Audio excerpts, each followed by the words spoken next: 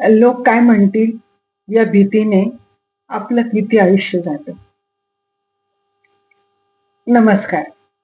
श्री स्वामी समर्थ. असं करू नको, लोक काय म्हणतील, असं बोलू नको, लोक काय म्हणतील, असं वागू नको, लोक काय म्हणतील. हो, आपण सगळेच जण लोक काय म्हणतील या विचाराने सगळं आयुष्य या भीतीतच घालवतो. हळूहळू काय होतं माहिती, आपण आपलं जगणंच विसरून जातो. आपलं जगणं, आपले निर्णय, आपला आनंद हे आपण लोक काय म्हणतील या भीतीने दुसऱ्यांच्या हातात सोपवतो आणि या दडपणाखाली अख्खं आयुष्य घालवतो. नमस्कार मित्रमैत्रिणींनो, मी सुरेखा नरेंद्र. आजच्या व्हिडिओमध्ये अतिशय संवेदनशील आणि मनाला भावेल पटेल असा विषय घेऊन तुमच्या समोर लोक काय म्हणतील या विचाराने जगणं थांबवणं आणि स्वतःच्या मनासारखं जगणं म्हणजे काय हेच या व्हिडिओमध्ये मी सांगणार आहे. तर कृपया व्हिडिओ पूर्णपणे बघा, कृपया अर्धवट सोडू नका. कदाचित मी जेव्हा हे ठरवलं की आता लोकांचा नाही, माझ्या मनाचा विचार करून जगायचं, तेव्हा बऱ्याचशा गोष्टी माझ्यासाठी बदलल्या. तुम्ही जर पूर्ण व्हिडिओ बघितला, तुम्हाला जर भावलं पटलं तर तुमच्यात पण नक्कीच परिवर्तन होईल. म्हणून हा माझ्या अनुभवातून आलेला जो मी प्रवास तुमच्या बरोबर शेअर करते आहे. तर तुम्ही सुद्धा हा व्हिडिओ पूर्ण बघून स्वतःमध्ये 1% जरी बदल करू शकला तर माझं सांगणं आणि तुमचं ऐकणं हे काहीतरी परिणाम करेल असं मला वाटतं. तर तुम्ही हा व्हिडिओ शेवटपर्यंत बघा. आपलं सगळं आयुष्य लोक काय म्हणतील, असं वागू नको, बोलू नको, हे करू नको, या 4 वाक्यांभोवती सगळं जग आपलं व्यापलेलं असतं आणि आपण त्याच्या इतक्या अधीन होतो की आपलं व्यक्तिमत्व, आपलं मन, भावना आपण विसरलो आहोत हे पण आपल्या लक्षात येत नाही. बऱ्याच वेळेला आपल्या आयुष्यातले महत्वाचे निर्णय जे असतात, जे आपल्या आयुष्याला कलाटणी देणारे असतात, आपलं व्यक्तिमत्व घडवणारे असतात, त्यावेळी सुद्धा आपण इतरांच्या मताला प्राधान्य देऊन ते आयुष्यातले सगळ्यात मोठे निर्णय सुद्धा दुसऱ्यांवर जेव्हा सोपवतो आणि त्या निर्णयांचा परिणाम आपल्या आयुष्यावर खोलवर होऊन आपलं वैयक्तिक नुकसान कसं होतं, तर याला जबाबदार कोण असतं? तर मला असं वाटतं की आपण लोकांवर अवलंबून राहतो, त्यांच्या मताला प्राधान्य देतो आणि म्हणूनच आपण आपलं स्वतःचं आयुष्याचे निर्णय, आपलं व्यक्तिमत्व आपण थांबवतो असं मला वाटतं. खरं सांगायचं तर आपलं लोक काय म्हणतील या भीतीतच आपलं निम्म्याहून आयुष्य निघून जातं. विचार, आपलं सुख, आपल्या इच्छा सगळं आपण दाबून ठेवतो या भीतीत की लोक काय म्हणतील. आपण आपल्या स्वतःच्या मनाला कधीच प्रश्न विचारत नाही, तुला काय हवं आहे. बऱ्याच वेळेला आपण आपले निर्णय, वैयक्तिक आयुष्यातले निर्णय, आपल्या इच्छा आपण आपल्या कुटुंबातल्या, समाजातल्या लोकांवर आपले निर्णय किंवा इच्छा अवलंबून ठेवतो. त्यांच्या मतांवर आपण आपलं आयुष्य जगत असतो. पण त्यावेळी आपण आपल्या मनाचा विचार करत नाही. लोक काय आहे, लोक बोलणारच आहेत. लोक आज उद्या एक बोलतील आणि उद्या नवीन विषय मिळाला की दुसरं बोलतील. पण त्यावेळी आपल्या हे लक्षात पण येत नाही की एखादा निर्णय जर आपण घेत आहोत, त्या निर्णयाचा जर आपण तो निर्णय योग्य पद्धतीने घेतला नाही तर त्याचा आपल्या आयुष्यावर किती आणि काय परिणाम होणार आहे या गोष्टीचा कधी आपण विचारच करत नाही. माझ्या मनात जेव्हा पूर्वी नेहमी असा विचार यायचा की ती पण तुमच्या चार चौघींसारखीच होती, की एखादा निर्णय घ्यायचा असेल तर आपल्या आजूबाजूच्या लोकांचं ओपिनियन घ्यायचं आणि मग ती गोष्ट करायची. पण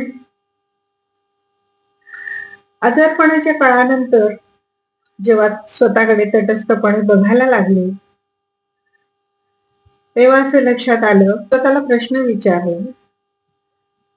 लोक काय म्हणतील याचा मी का विचार करते? लोक म्हणतच राहणार आहेत, पण त्या म्हणण्याने माझ्या आयुष्यावर, माझ्या मनावर, माझ्या इच्छाकांक्षावर काय परिणाम होणार आहे किंवा काय फरक पडणार आहे? आज लोक माझ्याबद्दल बोलतील, उद्या दुसऱ्या कोणाबद्दल तरी बोलतील. मग मी या लोकांचं बोलणं मनावर का घ्यायचं? मी जर कायम त्यांच्या बोलण्याचं भीती, दडपण ठेवलं, त्यांचा विचार करत राहिले, तर माझ्या वैयक्तिक आयुष्यात मला आनंद मिळवणं, समाधान मिळणं हे राहूनच जाईल. मी माझ्या मनासारखं आयुष्य कधीच जगू शकणार नाही. बऱ्याच वेळा आपण बघतो, लोक काय म्हणतील या दडपणाखाली जास्त तर स्त्रियाचं जास्त ओढाताण होताना मी बघितलेली आहे. मग त्या ग्रामीण भागातल्या असो की शहरी भागातल्या असो. कुटुंबात गृहिणी म्हणून, मुलांची आई म्हणून, एक पत्नी म्हणून, इतर नात्यांमध्ये असेल, तिला आपल्या घरातलं संस्कृती, संस्कार, कुलाचार, पद्धती यातच इतकं अडकवून ठेवलेलं असतं आणि तिला त्या प्रत्येकाचा मतांचा विचार करूनच निर्णय घ्यावे लागतात. त्या दडपणाखालीच तिला सतत राहावं लागतं. मग अगदी वैयक्तिक निर्णय, तिने कोणते कपडे घालावेत, तिने लोकांसमोर कसं बोलावं, तिने काय करावं, कुठे जावं, कोणासोबत जावं, हे सगळे निर्णय तिने इतरांवर सोपवलेले असतात. अगदी नैसर्गिकपणे. म्हणजे तिला पण कधी ह्या गोष्टींची जाणीव नसते, की खरंच मला कळत नाहीये का मला सवय झालीये या लोकांच्या मत विचारून घेण्याची किंवा यांनी प्रत्येक निर्णयात सांगण्याची. इतकी ती त्या लोक काय म्हणतील या गोष्टींवर अवलंबून झालेली असते. इथे एक गोष्ट सांगायची आहे, मी अगदी कठोरपणे सांगेन. मला खरं तर कुठल्याही स्त्रियांना दुखवण्याचा अजिबात हेतू नाहीये, पण ही वस्तुस्थिती आहे आणि जी मी ऑब्झर्व केलेली आहे म्हणून बोलतीये. आपल्याला सगळ्यांनाच माहिती आहे की आपली जी संस्कृती आहे ती पुरुष सत्ताक संस्कृती आहे. इथे सगळे निर्णय पुरुष घेतात आणि त्यात मला काही पडायचं नाहीये किंवा चूक बरोबर हे मी नाही ठरवणार, पण बऱ्याच वेळा पुरुष या सगळ्या ज्या गोष्टी आहेत त्याच्यापासून इतका म्हणजे काय म्हणाल त्याला की आतमध्ये शिरत नाही किंवा तो बोलत नाही. एका विशिष्ट मर्यादेपर्यंतच त्याचा हस्तक्षेप असतो कुठल्याही निर्णयांमध्ये. परंतु मला असं जाणवलं, बऱ्याच वेळेला अनेक समारंभामध्ये, कार्यक्रमांमध्ये, लग्न कार्यात जेव्हा स्त्रिया एकत्र जमतात, जेव्हा त्यांची हितगुज होतात, गप्पा होतात, इकडच्या तिकडच्या गोष्टी बोलल्या जातात, तेव्हा असं लक्षात आलं आहे की ह्या ज्या सगळ्या नकारात्मक बाजूंवर जास्त स्त्रियाच चर्चा करताना दिसतात किंवा त्यांनाच या गोष्टी मान्य असतात किंवा एखादी स्त्री जर मत मांडत असेल, तिची बाजू मांडत असेल किंवा ती काहीतरी निर्णय घेत असेल, तेव्हा इतर स्त्रिया तिला तिच्या खंबीरपणाला किंवा तिच्या नेतृत्व करण्याच्या बाजूला निगेटिव्हली प्रेझेंट करतात किंवा ती कशी शहाणी आहे, तिने कसं नको बोलायला हवंय किंवा ही तिची मतं खूप मर्यादेपलीकडची आहेत, असं जज तिला केलं जातं. ती कशी चुकीची आहे हे एकमताने तिच्यावर शिक्कामोर्तब केला जातो आणि मग तिला त्या भिंती तोडायच्या असतील किंवा तिला काहीतरी व्यक्त व्हायचं असेल तर या बाकीच्या सगळ्या स्त्रिया एकत्र येऊन तिला गप्प करतात. त्यांच्या हे गावीच नाहीये किंवा त्यांना ह्या गोष्टीची जाणीवच झालेली नाही की आपलं आयुष्य आहे, काही जे निर्णय आहेत ते आपले आपण स्वतंत्र घेतले पाहिजे, आपण बोललं पाहिजे, आपल्या इच्छा, आपली स्वप्न, आपल्या छोट्या छोट्या गरजा, आपलं म्हणणं हे मांडलं पाहिजे, आत्मविश्वासाने सांगितलं पाहिजे. आपलं मन आपल्याला नेहमी सांगत असतं चांगलं काय वाईट काय, ते आपल्या मनाचं ऐकून आपण व्यक्त व्हायला हवं, त्याची तिला जाणीवच नाही. आपल्या आनंदासाठी, आपल्या निर्णयांसाठी, आपल्या हेतूसाठी, आपल्या इच्छांसाठी, आपल्या मानसिक आनंदासाठी, आपल्या सांसारिक समाधानासाठी जगणं म्हणजे हा काही स्वार्थ नाही. काही वेळेला स्वतंत्र कठोरतेने निर्णय घेणं ही पण काही चूक नाही. जेव्हा आपण स्वतंत्र निर्णय घ्यायला लागतो, जगण्यातला आनंद शोधायला लागतो, आपल्या मर्यादा, आपली उणीव, आपल्या वेदना, आपलं म्हणणं, आपल्या मनाला जेव्हा प्रश्न विचारतो, आपण विचारायला लागतो की हे असं का, त्यावेळेस आपलं मन आतून शांत व्हायला लागतं आणि शांत मनाने चांगले निर्णय घेऊन त्याचा परिणाम आपल्या संसारावर, आपल्या मुलाबाळांवर पण होतो आणि आपली जी दगदग असते, आतली मनातली जी वेदना असते ती शांत होते आणि आपलं मानसिक आणि शारीरिक दोन्ही आरोग्य चांगले व्हायला मदत होते.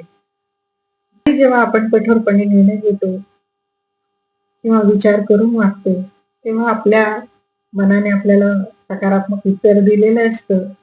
आपल्याला लोकांची, समाजाची भीती बाळगण्याचं काही कारणच उरत नाही. आज शांतपणे विचार करून बघा. हा व्हिडिओ बघितल्यानंतर विचार करा. आजपर्यंत आयुष्यात एखादा निर्णय घ्यायला लागला आणि जो तुमच्यासाठीचा होता आणि तो दुसऱ्यानेच घेतला का? लोक काय म्हणतील या भीतीतून आणि त्या निर्णयाचे आत्ता वर्तमानात काय परिणाम आहेत हे स्वतःच्या मनालाच विचारा. मग ते काहीही असू शकतात, निगेटिव्ह, पॉझिटिव्ह. थोडंसं अंतर्मनात डोकावून बघा. स्वतःला प्रश्न विचारून बघा की मी किती वेळा लोक काय म्हणतील या वाक्याचा विचार करून माझे आतले निर्णय, माझे आतले आनंद मी थांबवले आहेत. किती स्वप्न या लोक काय म्हणतील या भीतीने तुमची अपूर्ण राहिलेली आहेत. प्रत्येक स्त्रीमध्ये वेगवेगळ्या प्रकारची कौशल्ये असतात आणि त्या कौशल्यांना जर योग्य न्याय, वेळ आणि साथ मिळाली तर प्रत्येक स्त्री एक यशस्वी गृहिणी आणि प्रत्येक नातं त्या नात्याला ती न्याय देऊ शकते. त्यासाठी अंतर्मनात स्वतःला प्रश्न विचारा, आनंद शोधा. लोक काय म्हणतील ह्या दडपणाखाली राहू नका. हा मानवी जन्म एकदाच आहे आणि स्त्री हा अलंकार आहे. जीवन खूप छोट आहे, खूप छोट. माझा तर पुनर्जन्म आहे, त्यामुळे मला या जीवनाची, या आयुष्याची खरी किंमत कळली आहे आणि म्हणूनच पोटतिडकीने अगदी आपलेपणाने तुम्हाला सांगते आहे की आयुष्य खूप छोट आहे आणि त्या आयुष्याचा मनमुरादपणे आनंद घ्या. काय ना मैत्रिणींनो, आपण आपल्या आयुष्यात आलेल्या प्रत्येक व्यक्तीला खुश नाही ठेवू शकत, पण आपण स्वतः आनंदी राहून आपलं आयुष्य आनंदी जगू शकतो. आणि आपण आनंदी राहिलो की आपसुकच जगावर प्रेम करतो, जगाला आनंद देऊ शकतो. मी सुद्धा या प्रवासातून हे शिकले की भूतकाळात काय घडलं, काय चुका झाल्या, कसं वागलो, काय राहून गेलं, याची उजळणी नको. अंतर्मनाला फक्त एक प्रश्न, याच्यातून मोकळी वाट आणि त्या मोकळी वाटेवर ध्येयापर्यंत चालत जाणं. हा धडा या आजारपणाने आणि या आयुष्याने दिला. समाधानाचं आयुष्य जगायला काही लागत नाही.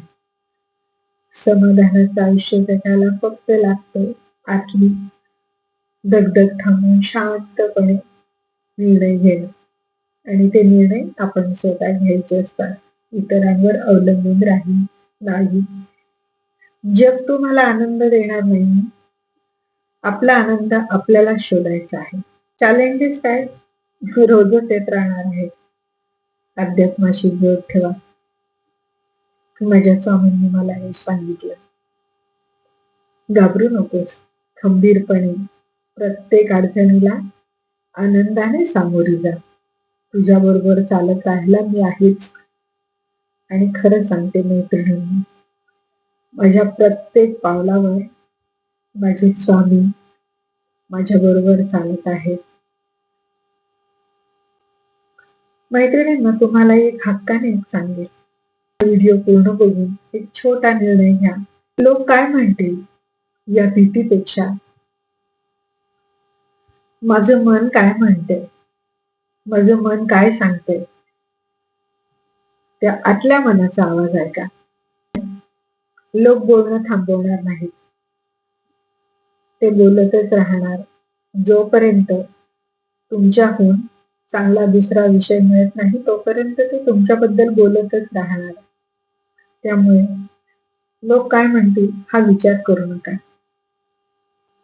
आपण जर लोकांचा विचार करत राहिलो, त्याच्या प्रतिक्रियेचा विचार करत राहिलो, तर आपलं आयुष्यातला जगण्यातला आनंद निघून जातो आणि आपलं आयुष्य तिथेच थांबते, आपली प्रगती थांबते, आपलं व्यक्तिमत्व, आपलं सामाजिक भान, या सगळ्याच गोष्टी थांबतात. आणि हे थांबू द्यायचं नसेल तर आजपासून एक निर्धार करावा लागेल की मी लोकांच्या कोणत्या गोष्टी मनावर घ्यायच्या आहेत, लोक काय म्हणतील त्याला किती महत्व द्यायचं आहे, याच्या मर्यादा मी माझ्यासाठी आखणार. मित्रमैत्रिणींनो, हा व्हिडिओ जर तुम्हाला आवडला असेल तर लाईक करा, शेअर करा, सबस्क्राईब करा आणि कमेंटच्या माध्यमातून तुमच्या प्रतिक्रिया द्यायला विसरू नका. कारण तुम्ही जर जास्तीत जास्त लाईक केले, शेअर केले, सबस्क्राईब केलं चॅनलला, तर मी अजून चांगले चांगले विषय जे आपल्या जीवनाशी रिलेटेड आहेत, जे मी अनुभवलंय, ते मी तुमच्यापर्यंत घेऊन येणार आहे. तर कृपया तुमची साथ मला मोलाची आहे. तुमचा एक लाईक, तुमचं एक शेअरिंग आणि तुमची कमेंट हे मी पण जगणं शिकले. ही जर कमेंट तुम्ही मला दिली तर मला फार आनंद होईल. धन्यवाद. श्री स्वामी समर्थ.